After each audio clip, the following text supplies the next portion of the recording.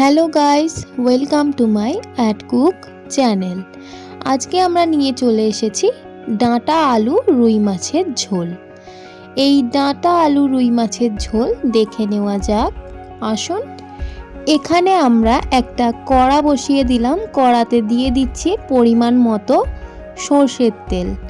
সর্ষের তেলটি দেওয়ার পরে তেলটি যখন গরম হয়ে যাবে তারপর আমরা পেঁয়াজ কুচি দিয়ে দেব।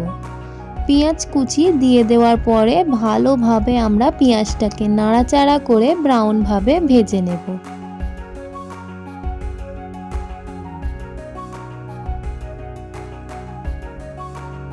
পেঁয়াজটা 1 থেকে 2 মিনিট কাঁচা গন্ধ চলে যাওয়ার পর দিয়ে দেব আমরা টমেটো কুচি। টমেটো এবং পেঁয়াজটাকে ভালোভাবে এবার আমরা গলিয়ে নেব তেলের মধ্যে ভেজে। আমরা ভালোভাবে নাড়াচাড়া করব যতক্ষণ না পেঁয়াজ আর টমেটোটা একটু গলে যাচ্ছে।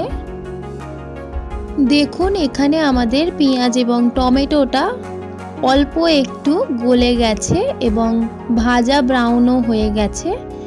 দিয়ে দেব আমরা কয়েকটি মশলা।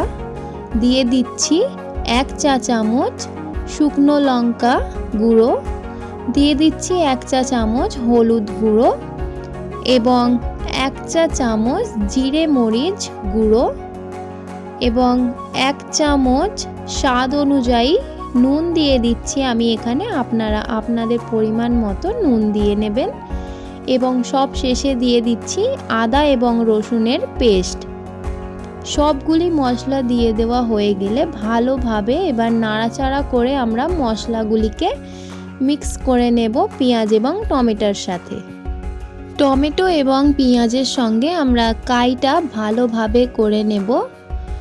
পেঁয়াজ এবং টমেটোটা নাড়াচাড়া করতে করতে দেখবেন টমেটো এবং পেঁয়াজ থেকে তেল বেরিয়ে আসছে, তেলটা আলাদা হয়ে যাচ্ছে। তখন আমরা অল্প একটু জল দিয়ে আবারও নাড়াচাড়া করব।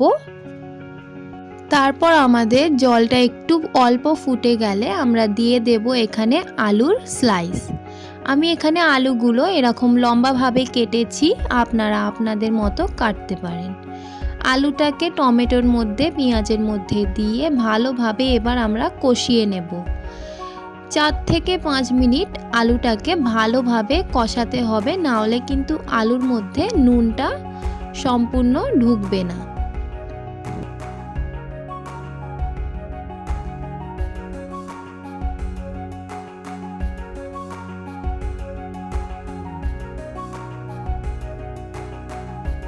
আলুটা 4 থেকে 5 মিনিট কষিয়ে নেওয়ার পরে আমরা সব শেষে ডাঁটাটাকে দিয়ে দেব। ডাঁটা আমি এরকম সাইজ রেখেছি, ডাঁটা এরকম সাইজেরই কাটা হয়। ডাঁটা এবং আলুটাকে ভালোভাবে মিক্স করে নেব। ডাঁটা এবং আলুটাকে ডাঁটা দেওয়ার পরে ভালোভাবে আমরা 1 থেকে 2 মিনিট কষাবো, নাহলে ডাঁটাগুলো সব আগে থেকেই সিদ্ধ হয়ে যাবে এবং ডাঁটাগুলো খুলে যাবে। তাই জন্য আস্তে আস্তে 1 থেকে 2 মিনিট কষিয়ে নিয়ে আমাদের জল ঢেলে দিতে হবে এই কায়ের মধ্যে। এখানে আমি ডাঁটা এবং আলুটাকে ভালোভাবে 1 থেকে 2 মিনিট কষিয়ে নিয়েছি, বেশি কষা যাবে না। দিয়ে দিচ্ছি পরিমাণ মতো জল। যতটা আমাদের ঝোল দরকার ততটা আমরা জল দেব। এখানে আমি খুবই কম পরিমাণে ঝোল রাখবো, তাই আমি কম জল দিলাম। জল দিয়ে দেওয়ার পরে ভালোভাবে আমরা কড়াইতে নাড়াচাড়া করে দেব যাতে সব জায়গায় জলটা পৌঁছে যায়। জল দিয়ে দেওয়ার পরে দিয়ে দেব আমরা মাছ ভেজে রাখা। আমি মাছ ভাজা দেখাইনি, আমার এই চ্যানেলে মাছ ভাজার রেসিপি আছে, সেখানে গিয়ে আপনারা মাছ ভাজাটা দেখে নিতে পারেন। মাছগুলো আমি একটা একটা করে দিয়ে দিচ্ছি। মাছটা আমি দিয়ে দিলাম। এবার দিয়ে দেব আমরা ঢাকা। ঢাকা দিয়ে আমরা 10 থেকে 20 মিনিট ফুটিয়ে নেব যতটা ঝোল প্রয়োজন। 10 থেকে 20 মিনিট হয়ে যাওয়ার পরে আমি ঢাকনা খুলে নিলাম। এখন আমাদের ডাঁটা আলু মাছের ঝোল রেডি হয়ে গেছে।